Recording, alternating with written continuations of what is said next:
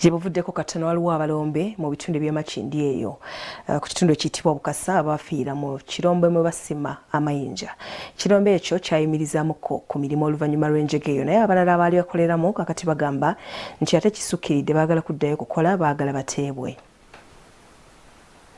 Abantu abaali bakolera mu kirombe ky'amayinja Bukasa mu divisioni y'Amakindi ekyagwamu gye buvuddeko ne mufiiramu abantu bana beetamiddwa okutuula ewaka nga baagala kuddayo kukwazza. Bawadde ensaleesale wa Nnakobiri okutuuka ku bbalaza ya Ssabbiiti ejja bwe kigaana baakukiddamu na kifuba olw'embeera embi gye bali mu kati. Mubbiri zo zituyisa bubi nnyo kubanga singa tubadde tulina we tufuna akawunga wano twandibadde tuli bulungi nti ova waka ng'omanyi nti wano wengenda ofuna 1000 oba 2 ngenda gula akawunga n'ebijanjaalo nzire waka abaana bakole ki balye. Naye saawa zino tuli bubi nnyo ddala kubanga nti lockdown already tetulina we tukolera. Ate n'ekyokulya tulina ogenda kusabiriza. Buli omu yenna agamba nti nange ndi bubi, so family zaffe ziri bubi. 10 temuli batuyambe baggulewo ekirombe. Kuba singa tebaggulawo ekirombe kigenda tukaka okwekalakaasa okweyambula amabeere tugakube ne mu makubo. Abatuuze bagamba nti newankubadde waliwo bannaabwe abafiira mu kirombe kino wabula nabo babaleke bakole.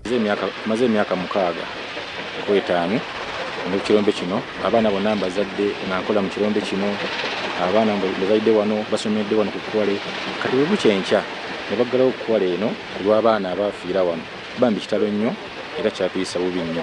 Ate nga n'abaana be bafiira bambi just baana bali beegoma emisana tebalina ku pate kuibwako blasting wa just baana gonzo ndi beegoma emisana tukali bali itaka yayitusiza okunafuwa ne bayikira. Kyo kibi nnyo era nakyo kyatuyisa bubi. Naye mbadde nsaba abakulembeze baffe abaggala Kwale, mbadde nsaba baggulewo Kwale ebbanga ddene abantu batandise okubba, okunywa enjaga, okukola ki emize gitaaliwo gyonna gikomyewo. Bazadde baffe baba baagala obuyambi mu kyalo eyo, covid ino ogimanyi nga bwe yajja tebakyalina wadde 10, ffe tubali tubabeezaawo. Ate n'omubya gundi budget efulumye ffe tutuliimu nga ffe. Abandi bagamba nti amaka gabalemye nga n'abamu badduse ku bannaabwe. Yali akuba ziri pavers waliwo yali avuga kitractor ekyo abantu babwe bababeezaawo batya golowooza. So mu mbeera eno tusaba bekikwatako baggulewo Kwale, abantu bali bubi. Nze emitwalo 10 n'oba batagimpa nze kasaba nga bagguddewo omulimu gwange nintandika okukola.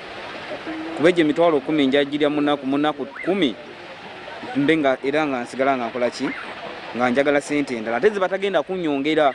So kyenteesa eri gavumenti abakulu bekikwatako batuddukirire basobole ogulawo ekirombe kyaffe. Tetulina mirimu mirala gye tugenda okola, tewali ntambula nti bagenda atukkiriza nti tutambule. Tosobola kuva wano ogambe oti kangende Masaka nkolere eyo.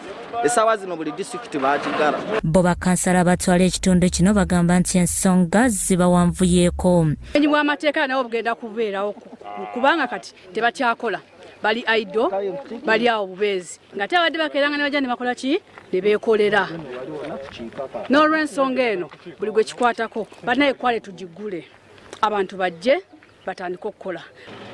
So kyembasaba kiri kimu babeere bakkakkamu tebeekalakaasa kubanga bwe baneekalakaasa bagenda kwereetera emitawaana emirala. So mbasaba abatuuze b'e Bukasa ensonga zammwe zigonjoolwa, abaofiisa bekikwatako bakola ku nsonga zammwe. Bikusakiddwa Gabriel ne Kyambadde Lawrence, Grassroots TV, Omunnyo.